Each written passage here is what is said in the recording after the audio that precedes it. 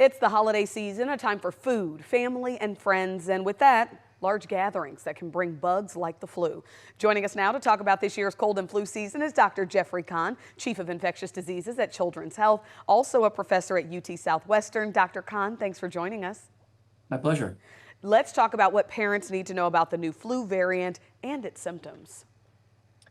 So I think we'll just take a step back. Usually during the flu season, we have two A strains circulating and two B strains circulating. One of those A strains, called H3N2, has mutated, something that's now called subclade K. And that's been reported in a number of countries, including Japan, the UK, and Canada. We don't have the sequence data to see if it's here in the United States because of the government shutdown, so the CDC is behind on all of this. But what we hear from other countries is that it can cause the flu like any other flu strain. But what's concerning about it is that these mutations that have accumulated in this subclade K virus may make it less bound by the immunity that is induced by vaccine or previous exposures. So in other words, it may escape the vaccine to some extent and making the vaccine less effective than it would be against the standard H3N2 strains. You went exactly down the road I was traveling on. What do we do about getting the vaccine, not only for ourselves, but for the vulnerable, our young people, the kids, and also our elderly? So it's important to note that the vaccines contain either 3 or 4 strains. So this is not the only strain that's circulating out there. So certainly if you haven't gotten the flu vaccine yet, go ahead and get it. The vaccine, although it may be less effective against the subclade K virus, still affords some protection. And what we're looking for here is protection against severe disease that would be either hospitalization or death. So go ahead and get the vaccine. It usually takes about 2 weeks for the immunity to peak after vaccination. And right now there's very low levels of influenza in the country and here in Texas and locally in Dallas. So go ahead and get vaccine. There's plenty of time to get vaccine and get the protection that's afforded by the vaccine.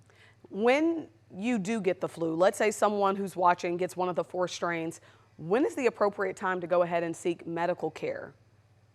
So a few things. One is that the symptoms of flu are usually present with pretty sudden onset. So onset of fever, shaking chills, cough, sore throat, body aches, muscle aches.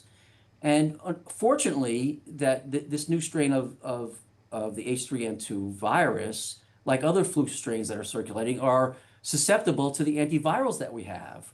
So if you think you've got the flu, go ahead and call your health provider and you could be given and prescribed antivirals. Those still work against this new strain. So that would be number one. And of course, if you're feeling really sick or if you're caring for somebody and they're having difficulty breathing, go ahead and bring them to medical attention. Dr. Kahn, Thanksgiving is coming up this week. So what are some of the most effective prevention measures as we gather with family and friends? Well, certainly if you're sick, you want to wear a mask or don't participate in that. That's very difficult. And the other thing is wash your hands. There's going to be, as you mentioned, a lot of travel and surfaces could get contaminated with the flu virus. Somebody rubs their nose, touches a doorknob. That doorknob becomes infectious, if you will.